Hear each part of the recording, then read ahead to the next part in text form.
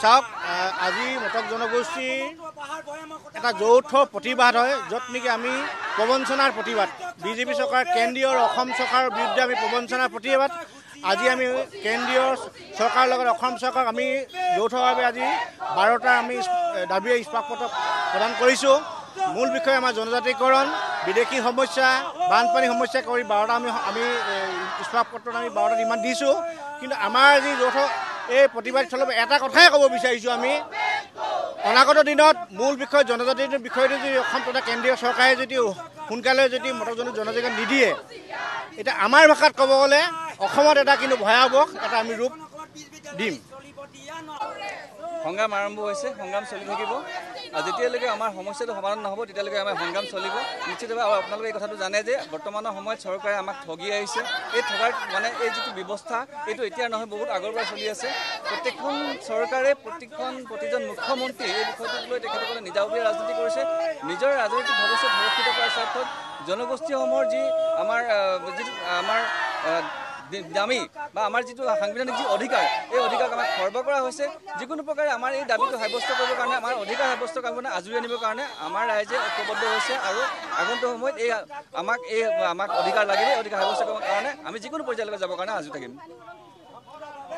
আমাক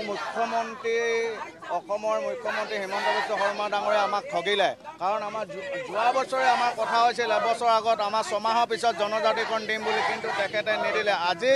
মটক জনগোষ্ঠী 5টা সংগঠন একত্ৰিত হৈ আজি সংগ্ৰাম কৰিবলৈ ওলাই আহিছে আমাৰ এই আৰম্ভণিয়ে হৈছে আমি ৰাজপথলৈ আকৌ হাজাৰ হাজাৰ লাখ লাখ আমি মটক জনগোষ্ঠী আমি লোকসকল আমি ওলাই আহিম আমাৰ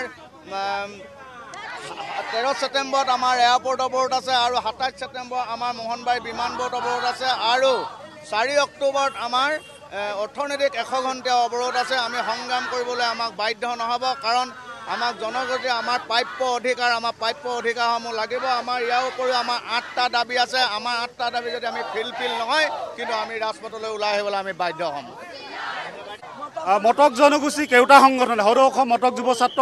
সন্মিলন মটক যুৱ ছাত্ৰ পৰিষদ মটক মহিলা পৰিষদ মটক ছাত্ৰ সন্থা আদি কেউটা সংগঠনে এলানি কাৰ্যসূচী গ্ৰহণ কৰিছোঁ আৰু এই এলানি কাৰ্যসূচী ভয়াৱহ হ'ব বুলি কৈছোঁ আমি এইখন চৰকাৰৰ পৰা বহুত প্ৰতিশ্ৰুতি পালোঁ তেখেতলোকে প্ৰতিশ্ৰুতি ৰক্ষা কৰিব নোৱাৰিলে আমি এইবাৰ মটক জনগোষ্ঠী সকলো ৰাইজ একত্ৰিত হৈ আমি ৰাজপথলৈ ওলাই আহিম এইখন চৰকাৰে যদি তেখেতলোকৰ হুমুতি আছে মটক জনগোষ্ঠীক মটক খিলঞ্জীয়া ভূমিপুত্ৰসকলক অতি শীঘ্ৰে জনজাতিকৰণ প্ৰদান কৰক আৰু এটা কথা ক'বলৈ যাওঁ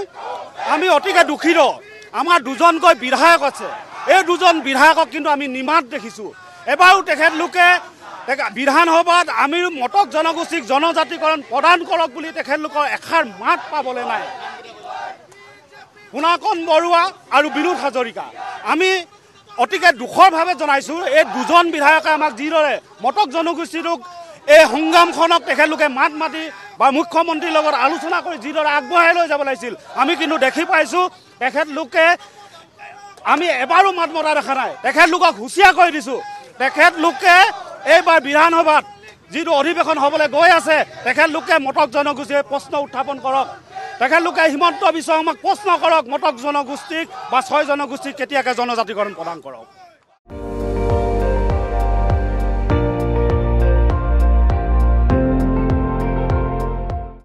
আপুনি চাই আছে ND24 সৰ্বশ্ৰেষ্ঠ নহয় সৰ্বোত্তমৰ দৌৰ